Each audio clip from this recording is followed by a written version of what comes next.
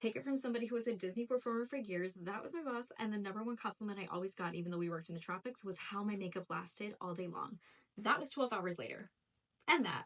First thing we're going to do is set our brows. You want to set your brows with a brow gel, yes, but you want to do it on clean skin so that it actually is not going to slip and slide over all the primers and foundations and concealers you've got going around. Next, I preach skincare and skin prep all the time, but if you really want your makeup to last, we're going to go in with a gripping primer. This is the e.l.f. herself Power Grip Primer. You've already seen all the demos. You already know the tea. This is like glue for your face. I know this feels sticky immediately, but wait a minute until it's actually realized its full sticky potential. This is probably my favorite complexion product from the drugstore that has come out in years. This never fails me. This is the Maybelline 24 Hours Skin Tint. For longevity, I find that you're going to want a formula that is actually thinner, but still gives you quite a bit of coverage if you need it.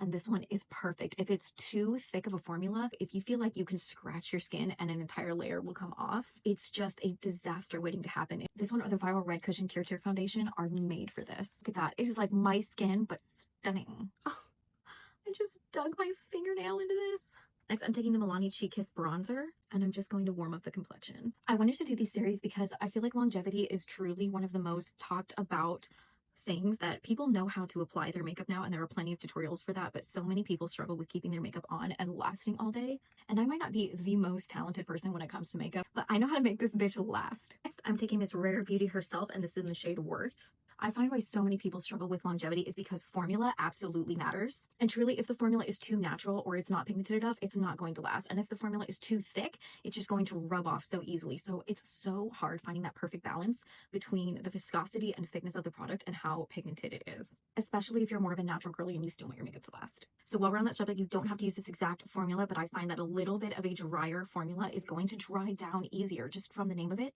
it is not going to move around as much. So I'm going to take a little bit of my favorite Hourglass concealer. And if your under eyes really can't handle the drier formula, what I do is mix two of them. I mix a serum concealer where I really hydrate my under eyes and then go in with a drier concealer formula. Go to part 2.